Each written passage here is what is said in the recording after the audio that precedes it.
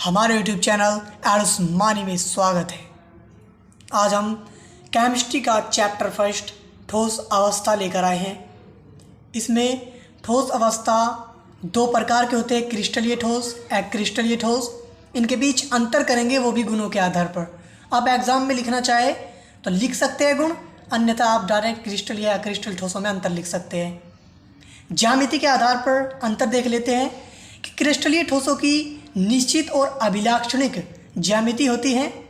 जैसे NaCl उदाहरण है इसका कि जो Na है उसके चारों ओर Cl लगे हुए हैं, ऐसे ही Cl के चारों ओर Na लगा हुआ है।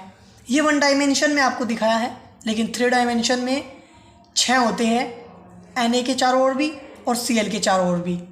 अब अक्रिस्टलीय ठोसों की जो ज्यामिति होती है वह अनिश्चित होती है। अब गलनांक के क्वथनांक के आधार पर देख लेते हैं। क्रिस्टलीय ठोस का निश्चित गलनांक होता है और क्वथनांक भी।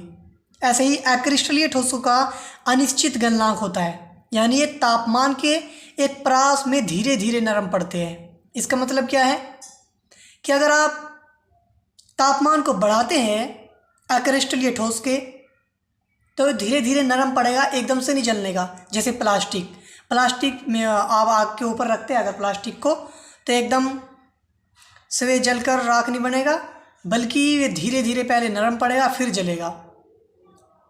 अब विदलन गुण के आधार पर देख लेते हैं। क्रिस्टल ठोस में स्पष्ट विदलन होता है। इसका मतलब है कि जो धारदार औजार से अगर आप काटे क्रिस्टल ठोस को, तो उसकी जो नई जनित सतह होगी, यानी ये पेन है, इसको हम बीच में से काट दें और जो यहाँ से जो नई सतह बनेगी दो, जो वे होगी वे चिकनी होगी बिल्कुल। ये होता है क्रिस्टल ठोस में। जबकि अक्रिस्टल ठोस में अस्पष्ट विदलन पाया जाता है, यानी नई जनित सतह वे खुरदरी होती है। जैसे लकड़ी को अगर आप काटें यहाँ से बीच में से, तो ये चिकनी नहीं निकलने की, खुरदरी होगी। जबकि स्पष्ट विदलन में वे चिकनी होगी, जैसे कि पनीर को बीच में से काट दीजिए आप, चिकनी निकलेगी। अब बात कर लेते हैं शीतलन वक्र की। क्रिस्टल ठोस में असतत वक्र पाया जाता है, जबकि अक्रिस्टल ठोस में सतत वक्र पाया जाता है। अब असतत वक्र और सतत वक्र क्या होता है ये जान ले। असतत वक्र ऐसा वक्र होता है जिसमें एक बीच में स्ट्रेट लाइन आ जाए, जहाँ से ये वक्र टूट जाए, यानी ये वक्र यहाँ पर पहले यहाँ से यहाँ तक है, फिर यहाँ से यहाँ तक है, यानी ये टूट चुका है वक्र। जबकि आप सतत वक्र में देख रहे होगे ये कहीं पर भी नहीं टूटा, ऊपर से लेकर नीचे तक एक परास में घुमा हुआ है। ठीक है, तो मान लीजिए असतत वक्र कैसे होता है कि जैसे भाप है, भाप 200 डिग्री सेल्सियस था मान लीजिए उसका तापमान, लेकिन जब हमने उसको ठंडा किया तो 100 डिग्री सेल्सियस होकर वो जल में परिवर्तित होना शुरू कर देगी।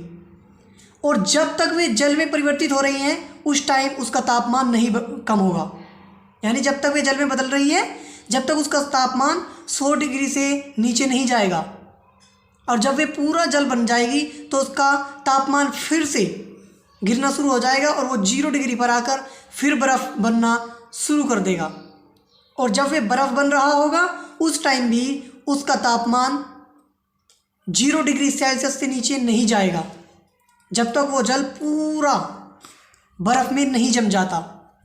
बर्फ़ जमने के बाद उसका तापमान फिर से नीचे आ सकता है। जबकि सतत वक्र में ऐसा नहीं होता।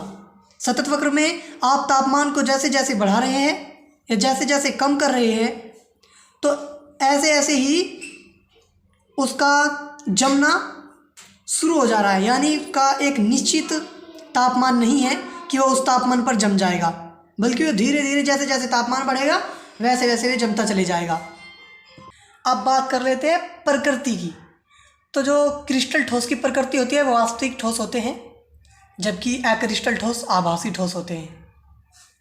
कणों की व्यवस्था कैसी होती है इनमें? जो क्रिस्टल ठोस है वे दीर्घपरासी व्यवस्था के होते हैं, जबकि अक्रिस्टल ठोस लघुपरासी व्यवस्था के होते हैं। इनकी दैशिकता कैसी होती है, यानी इनकी दिशा कैसी होती है? तो क्रिस्टल ठोस विषमदैशिक होते हैं, यानी कि जैसे NaCl के उदाहरण ले लेते हैं। अगर आप एक तरफ से देखें तो एक ही चीज़ आपको दिखेगी, अगर दूसरी तरफ से देख रहे हैं तो दूसरी चीज़ दिखेगी। यानी अलग दिशा से देखने पर अलग चीज़ दिखाई देती है, जबकि अक्रिस्टल ठोस में ऐसा नहीं होता, वे समदैशिक होते हैं, यानी कि इधर से भी देखे उन्हें एक जैसे दिखेंगे।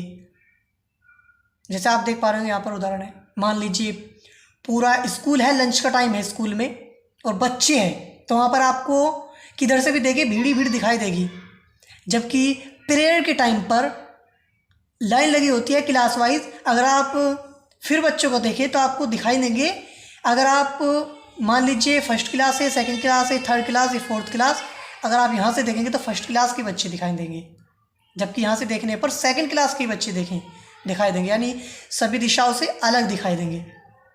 ठीक है, अब बात कर लेते हैं, अब इनके उदाहरण देख लेते हैं।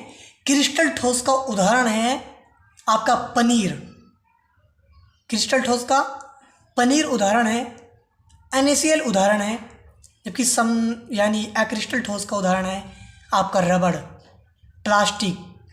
ठीक है, चलिए अगली नेक्स्ट वीडियो में आपसे मिलते हैं और क्रिस्टल ठोसों का वर्गीकरण करेंगे उसमें कि क्रिस्टल ठोस कितने प्रकार के होते हैं।